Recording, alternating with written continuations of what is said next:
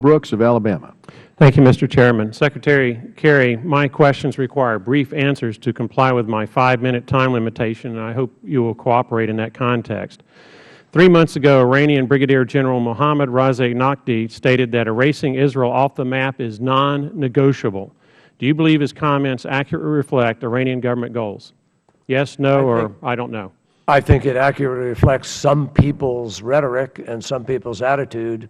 But in the Iranian government, I don't think it's possible for Iran to do that, and I think Israel has enormous capacity, obviously. Okay, I didn't ask for all that other. I'm just asking if you have a judgment as to whether his my judgment is it is reflect not Iran's government's goals. It is not an implementable policy by Iran. Okay. Well, less than 2 weeks ago, Iranian Supreme Leader Ayatollah Ali Khamenei led a rally that was frequently punctuated by chants of death to America and death to Israel. Do you believe his comments accurately reflect Iranian government goals? Again, yes, no, or I don't know. I think they reflect an attitude and a rhetorical excess, but I see no evidence that they have a policy that is implementing that against us at this point in time. Well, do you believe that Iran is the world's foremost sponsor of terrorism? Yes. And that they will use the conventional weapons made available by the Iran nuclear treaty to kill Americans or Israelis? Well, they may, and we have, as you know, responded to that from 1979 when they took over our embassy forward. We have put sanctions in place specifically because of their support for terror, because of their abuse of human rights. Okay, I understand that. You've answered my question when you said, yes, they may. Next, is the Obama administration willing to use military force to prevent Iran from obtaining, building, testing, or using nuclear weapons? Yes. And what has Iran done in the past couple of years that causes you to believe Iran will abide by the Iran nuclear treaty or that Iran wants to become a responsible member of the international community?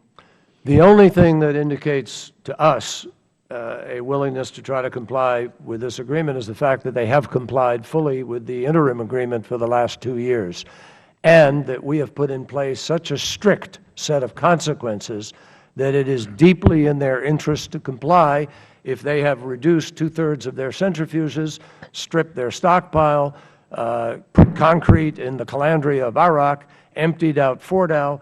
There's a lot of incentive, therefore, to fully comply with this agreement. Okay, that focuses to a large degree on the nuclear side. What about the use of the conventional weapons and whether they will maintain their status as the world's foremost sponsor of terrorism? We have serious concerns, which is precisely why we are engaged with our friends in the region. Which is why I will be in Doha in a few days to meet with them as we lay out the plans for pushing back against those activities. We will be engaging in special forces training, counterterrorism, counterinsurgency, counterfinance, a whole series of steps in order to empower all of us to do a better job of reducing those activities. September 11th, 14 years ago, proves Muslim fundamentalists are very willing to sacrifice their own lives in furtherance of their desire to kill non-Muslims and other foes.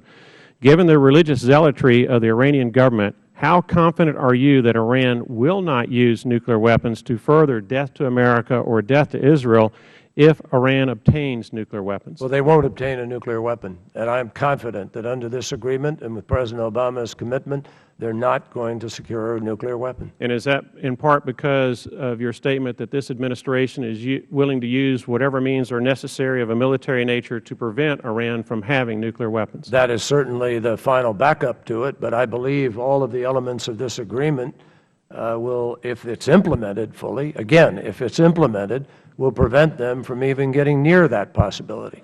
On occasion, you've used the phrase, all options are on the table. Do those options to prevent Iran from having nuclear weapons include the use of nuclear weapons by the United States?